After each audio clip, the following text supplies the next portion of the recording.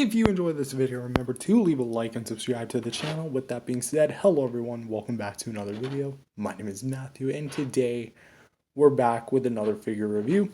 Today we're taking a look at the Bandai Bootleg Movie Monster Series MechaGodzilla, or Kiryu.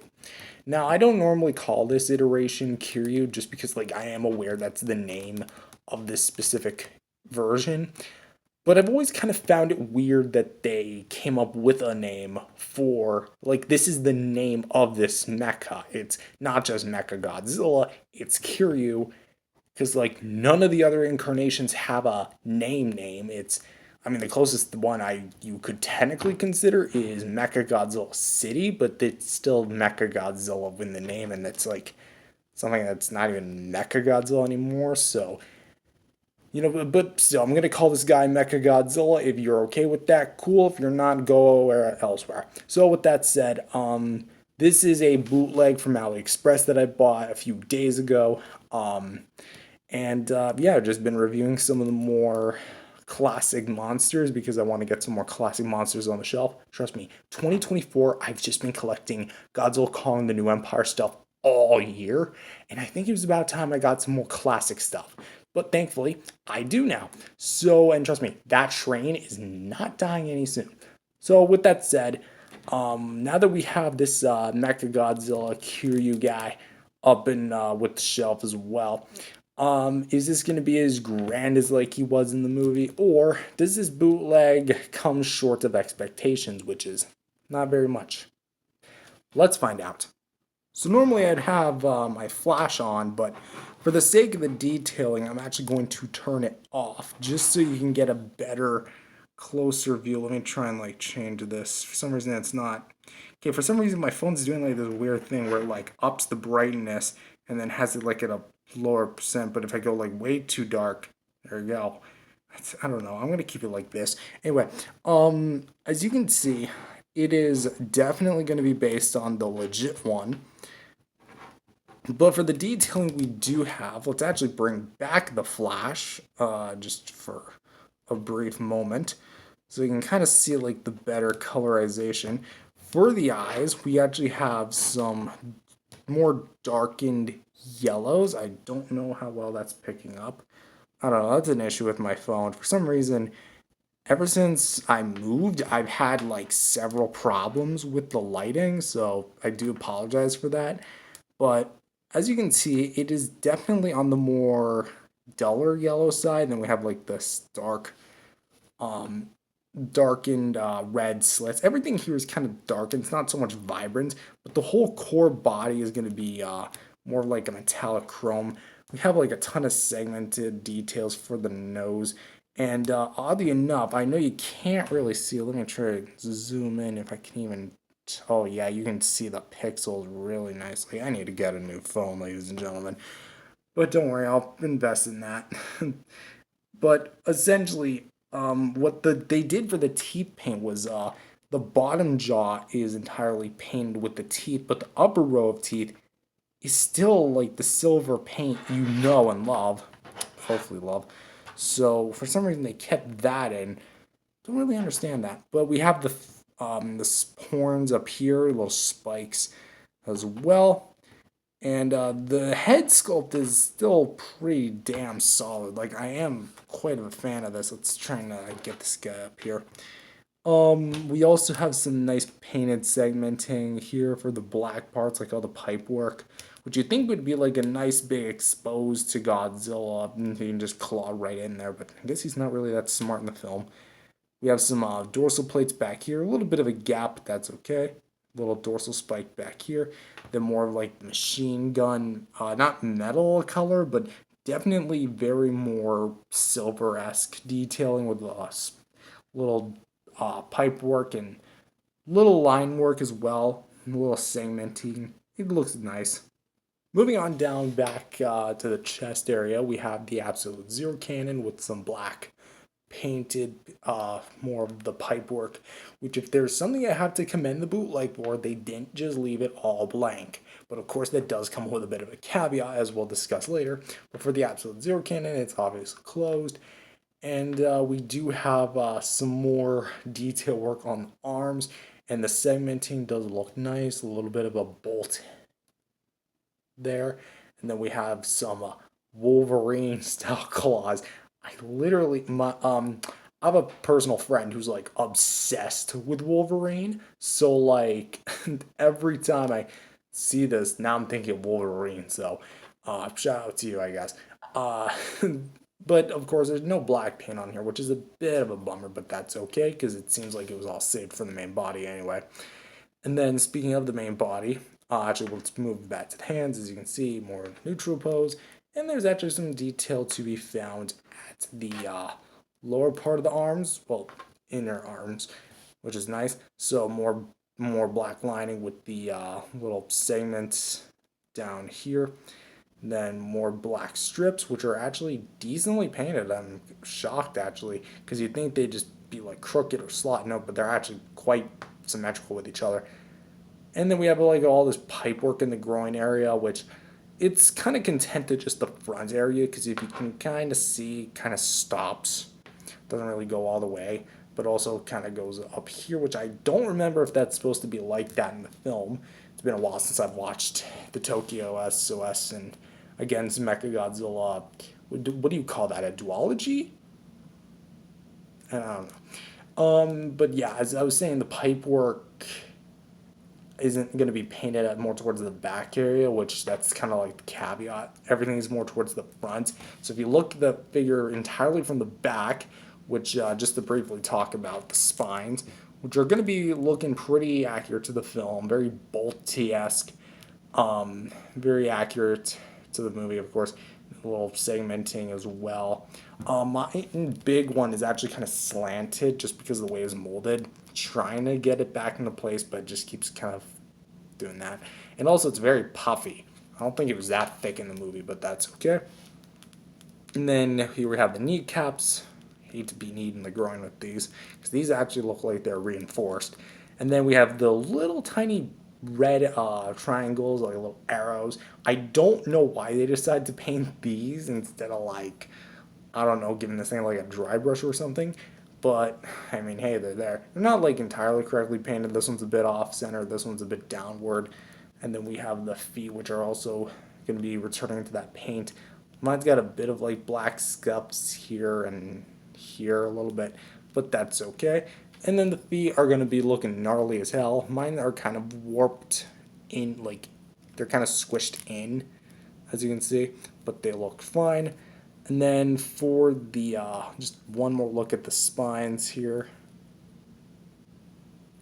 Kind of looks like this one's a bit more downward, whatever.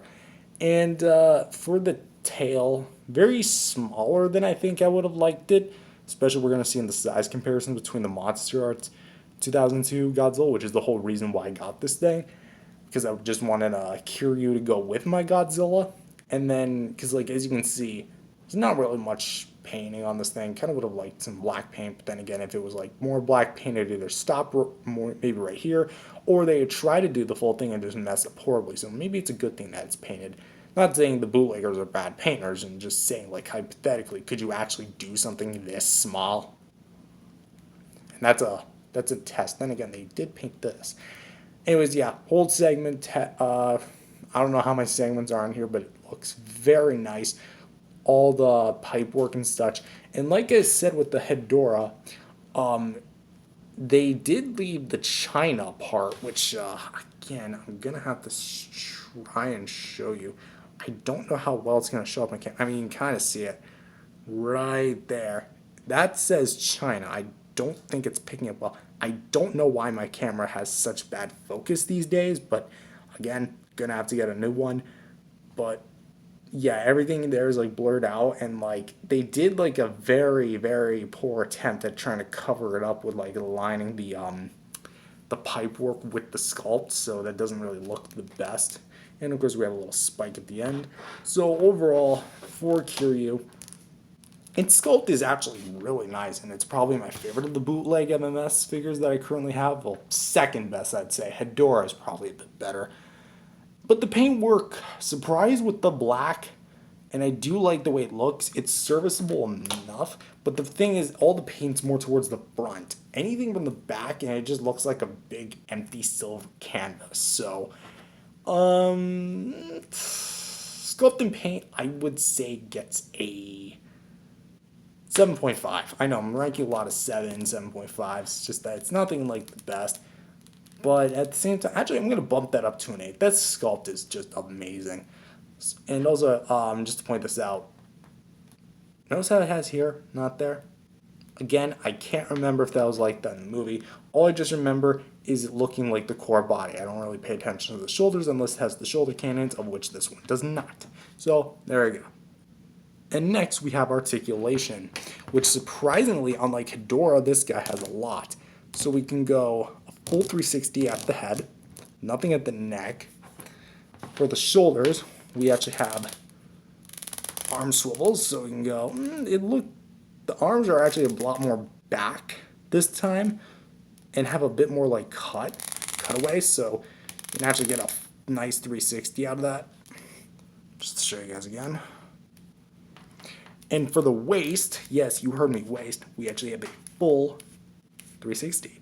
So this guy really wants to be the 1970s MechaGodzilla, I see. For the hips, nothing here.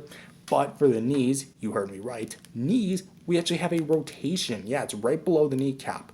And what's funny is that it says R here, L here, so you can really tell like which one is which. So just in case they accidentally swap it in the package, unless you get like 2 right feet or 2 left feet. I don't know why the knees spin like this, or why they can't just bend, or why they just didn't make the feet swivel, but hey, it's a nice inclusion. And the tail, it's at this weird base joint where it actually goes like all the way up here, and then it rotates. It doesn't like rotate down here where then you can rotate it. No, it's like fully up there. But you can do basically everything here you can do a 360 with. So you have 1, 2, 3, 4, 5, 6, 7 joints. 7 joints, not bad.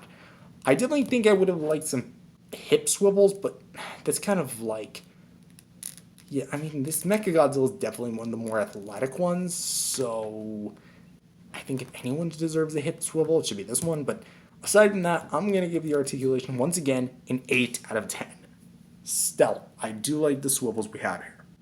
And for some size comparisons, and the whole reason why I bought this thing is, here he is with the SH Monster Arts Godzilla 2002 from Godzilla Against MechaGodzilla, and the NECA Toys, I was about to say NES, no, the NES is way up on my shelf, 2003 Godzilla with the scar, as you can see, no scar, then there's a scar, from Godzilla Tokyo SOS, and while he's definitely a lot shorter than the NECA, I mean, no, there's no making that work.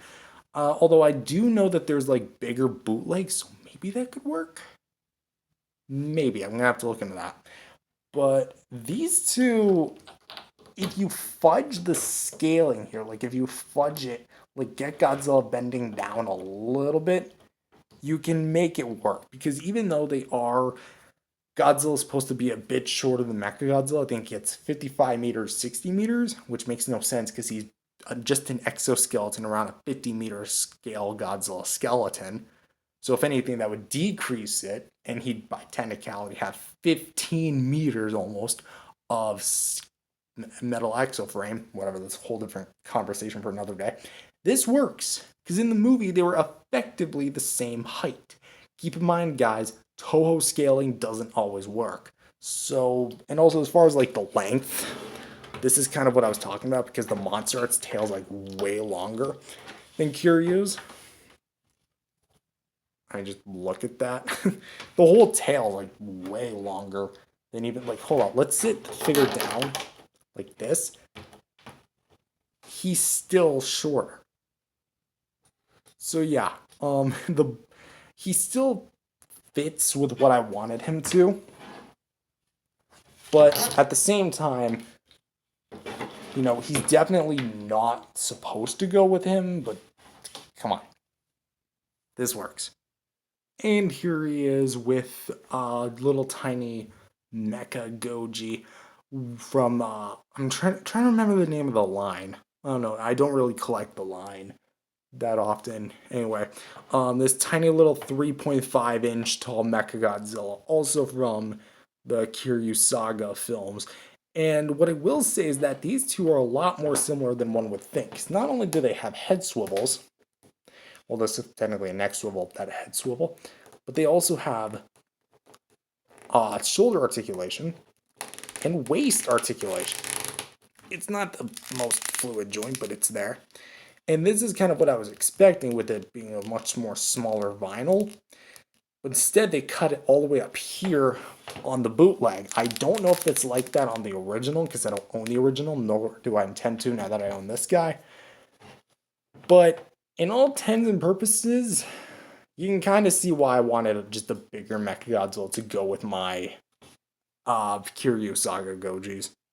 And here he is with some other 6-inch MechaGodzillas I have, with the 1974 MechaGodzilla from Bandai America, and the Playmates Godzilla vs. Kong Monsterverse MechaGodzilla with Heath.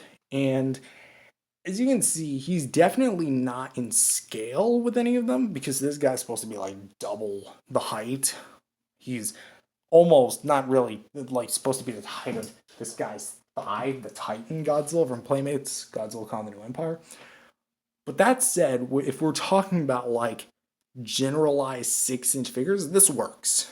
This works. If only he had a bit more shine to him. Playmates, come on. You're reissuing the Battle MechaGodzilla. Please make like an all metallized, shiny chrome version. And for the final size comparison, here he is with the NECA Godzilla 2014 and the Bootleg Bandai Movie Monster Series Gamera 1995. And as you can see, again, I almost wish this was like a film trio. You know, not Kong. We don't need Kong in these films that much. Cat fuzz. Let's make it about these three, huh? Please? And so overall, what do I think of this guy? He's definitely going to be a very nice piece, in my personal opinion. He's definitely going to serve as a MechaGodzilla, regardless if it's temporary or permanent on your shelf. That said, if you have the money and you're willing to fight the tariffs, you can go ahead and ship your own MechaGodzilla from Bandai out. But at the same time, I got what I could afford, and this is what I have, and this is what I'm happy with. That said, I think there's a bit of negatives. For example, I definitely think that this guy could have used some additional black paint more towards the back. And I also do think that maybe some hip articulation would have been nice. But for the sculpt paint and articulation we do have, it's nice, and I love it a lot. That said, I'm going to give this thing an 8 out of 10 solid. Fits because I gave both articulation and sculpt and paint to that as well. But with that said, thank you guys for watching. If you guys liked it, leave a like and subscribe to the channel. And if you do like my content as well, and also want to help me save up for a new phone, donate to my Ko-fi page, which I'll also link in the description. That's just another way of saying, hey, this is a way you can support me. I know no one's really donated it yet, but option is still there. Trust me, it'll help me out a ton, even just $1. That said, thank you guys for watching, and I'll see you guys next time. Peace out, everyone.